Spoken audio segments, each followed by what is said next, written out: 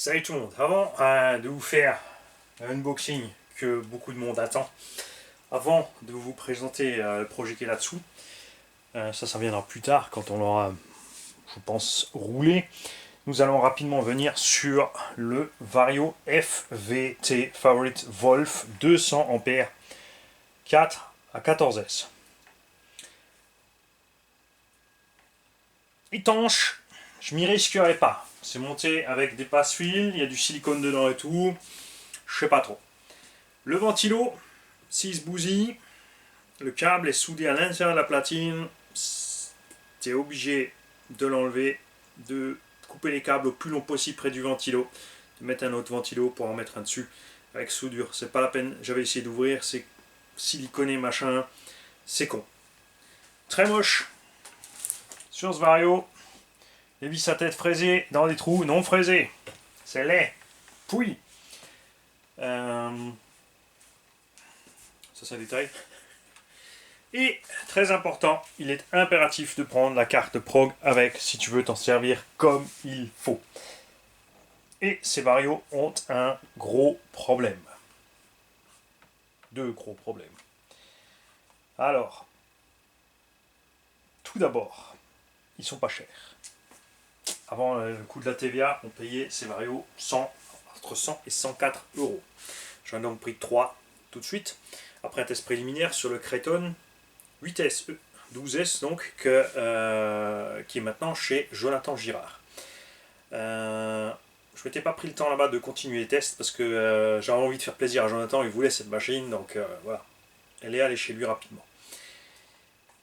Chez lui, on a réglé un tout petit peu de frein automatique pour essayer de régler le souci qu'on avait, vous l'avez vu sur les vidéos du Kraton 12S, une espèce de coup de frein erratique de temps en temps, comme ça, tu laissais un roue libre, bang, il te bloquait les roues, il repartait, on a dû jongler avec le débattement de la radio pour la prog, sur la voie des gaz, assez étrange. Au tout début, on n'avait pas la carte de prog, donc souci de freinage, de neutre, tout ce que tu veux. J'ai donc mis un dans le Punisher. Quoi, vous n'avez pas encore la vidéo? Ah oui, ça va arriver. Tout comme celui-là. On parle juste du Vario là, c'est important parce qu'il y a des gens qui l'ont, qui attendaient le retour, ou qui veulent en acheter, qui attendent le retour. Et le fait est que j'ai quelques abos qui m'ont signalé qu'ils avaient cramé le Vario. Très important de mettre un anti-spark, c'est-à-dire un anti-étincelle. Alors soit tu le fais à l'ancienne comme on faisait en Eli, c'est-à-dire tu calcules tes résistances, tu achètes des résistances, du soudes des résistances et tu fais un câble parallèle. Donc tu pars du plus du Vario au plus de la première cosse. Et là tu dois avoir deux câbles qui sont de préférence les deux sectionnés. Un avec une cosse principale et un avec une cosse secondaire qui contient la résistance. Donc tu branches tes batteries, tu branches ta cosse secondaire et ensuite la principale. Là tu n'as pas d'étincelle. Tu redébranches ensuite quand tu roules la première pour ne pas flinguer le système. Même si en hélico on laissait brancher, ça posait pas de problème. Mais en auto avec les pics d'ampères, c'est différent. Soit tu utilises des prises XT90 anti-spark qui sont côté lipo. Je suis pas fan, spécialement. Et maintenant on a ça, les XT150. Et attention, il existe les cosses rouges et les cosses noires, en mâle et en femelle. C'est cette cosse-là, avec le petit anneau noir, des anneaux, un anus. Et c'est plus un, c'est une. Donc l'anus noir, c'est plus la cosse non plus. Parce qu'on a le droit de dire le cos aussi. Pas low cost ni les cosses, le cos. Donc le cos et l'anus. Et le douille, en fait on va tous parler en ch'ti. C'est beaucoup plus simple. En ch'ti, écrire en manie, la vie va être tellement plus facile, un truc de dingue, vous allez voir. Vous allez pouvoir vous concentrer sur des choses réellement importantes. Et là, quand tu branches, il ne se passe rien, regarde pas la moindre étincelle. Ce qu'il faut, c'est brancher tes batteries d'abord et ensuite ça. Donc, ceux qui n'avaient pas ça ont cramé rapidement. Et il y en a même un qui a cramé avec ça. Et lui, il lui est arrivé un truc bizarre, et ça, c'est dérangeant. Roue libre dans une grande pente. Le problème, quand tu es en roue libre, t'as pas de frein, puisque tu n'as pas accéléré, tu freines pas. Ça, on a avec beaucoup de varios, brushless, même charbon, c'est un problème. Là, les thermistes, il faut dire, m'en faut, j'ai un frein mécanique. Bah oui, t'as raison. Roue libre. Autre problème avec ce vario, et c'est le point où on va arriver avec cette espèce de octage. Là, c'est très important que vous m'écoutiez pour bien suivre. On n'avait pas pris le temps de faire les tests, on avait roulé, on constatait de temps en temps, après un saut ou en l'air, après les gaz ou descente, qu'on avait un octage avant de repartir. Et ben, j'ai pu, lors de l'essai sur la route avec ces deux engins-là rapidement, trouver à quel moment ça arrive, mais je n'ai pas pu virer ce bug. Je t'explique. Tu roules, tu laisses filer la voiture en roue libre, tu réaccélères, tout va bien. Tu freines à fond, ta voiture s'arrête, tu repars, tout va bien. Tu freines légèrement, c'est-à-dire que tu arrives avant d'entrer dans un virage, tu freines léger, et tu veux repartir quand tu as pris ton virage, là il n'y a plus rien.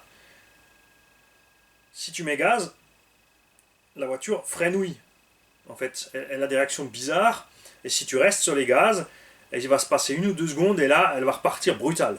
Donc tu as une espèce de délai. Pareil pour le freinage, une fois que tu as ralenti à ce point-là, si tu restes dessus, 3, 4, 5 secondes, là, boum, ça repart en marche arrière. On a donc le problème qu'on avait sur les varios Flyer avant l'upgrade.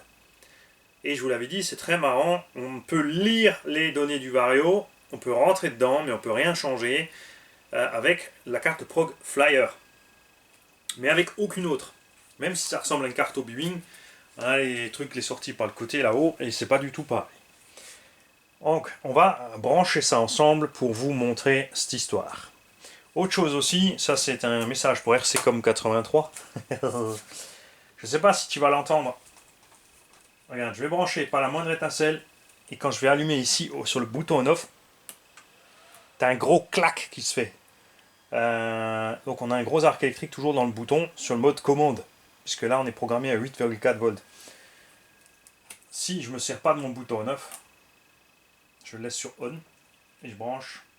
Il se passe quéquette. Donc je vais préférer faire ça que d'aller cramer mon truc. Là il s'est mis en route, pas de panique, j'ai testé, la sécurité fonctionne, radio éteinte, il reste à 0. On recommence, on allume la radio, on allume la machine. Hop, c'est fait, il a le neutre. Alors pour faire le neutre sur ce variateur, c'est très simple, tu as le petit bouton à côté, comme c'est au B-Wing, c'est la même manip. Tu mets on, tu attends que ça bip. Ça bip rapide, si tu lâches au premier bip, tu es en mode prog, mais on n'a pas le moyen avec le bouton de rentrer dans le mode prog. Tu t'assures que tu sois bien au neutre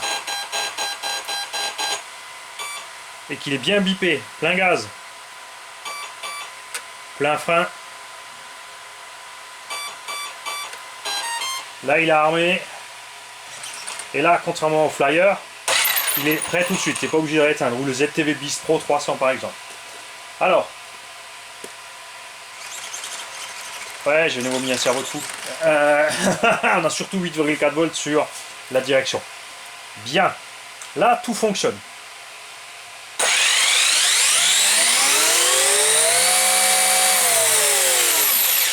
Frein en douceur et tout. Et tu repars.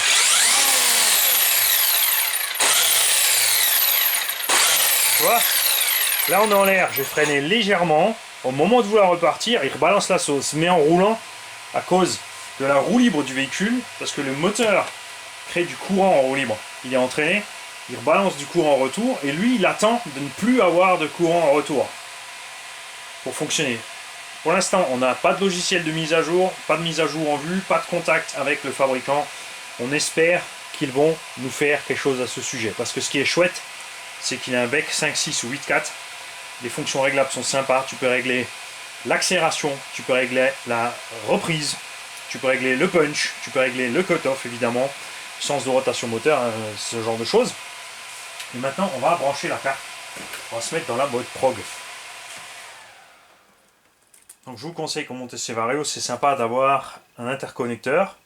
Attention qu'il tienne bien, il faut vraiment qu'il soit bien maintenu pour pas avoir de blagues en roulant. Mais c'est pratique pour pouvoir faire vos réglages. Pour programmer, il est impératif d'avoir la carte, comme dit, de se mettre sur ce plot-là. Et attention, il faut mettre les parties apparentes des cosses vers le bas. et tu branches là. Tout le reste, la carte s'allume mais il se passe rien. Et tu peux brancher à l'envers, il se passe rien non plus. Il y a un port USB pour aller sur PC, mais comme dit, on n'a pas encore l'update. Donc là, tu te mets dedans.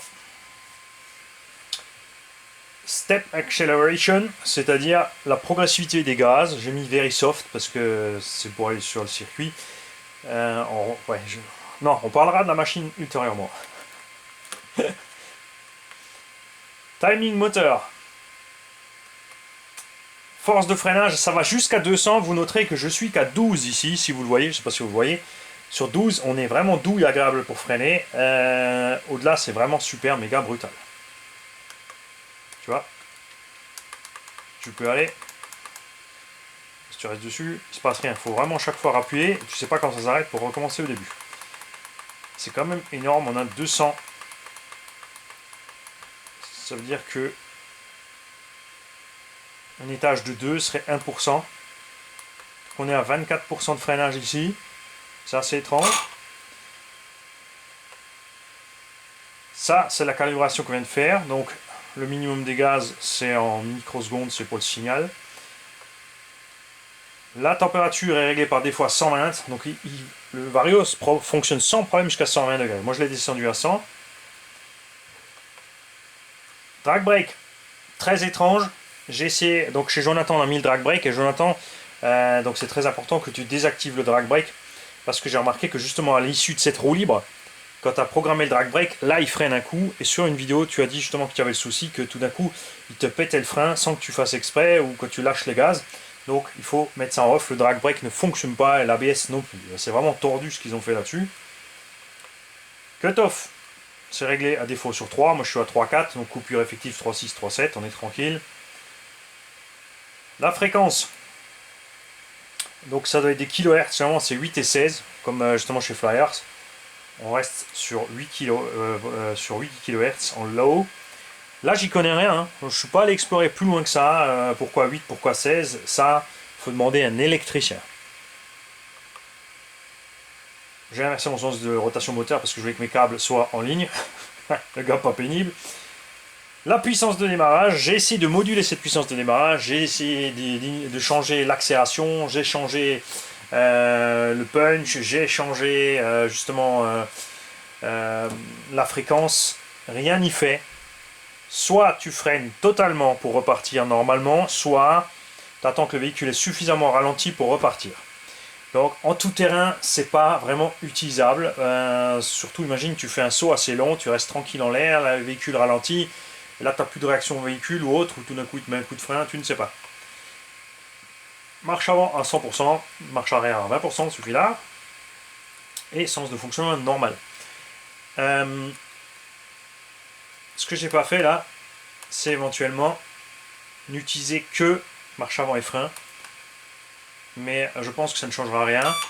Si on met marche avant et frein, tu auras toujours le besoin d'attendre la fin de la roue libre ou de freiner à fond pour repartir. C'est assez bizarre et c'est dommage. Alors ça suffit pour utiliser le Vario pour certaines choses. Alors ceux qui font des speedruns par exemple, ça pourrait leur suffire. Le problème c'est les 200 ampères. Faire des speedruns avec les gros moteurs TP Power haute, les grosses saucisses qui consomment 500-600 ampères continu, c'est impossible, tu vas tout flinguer. Voilà.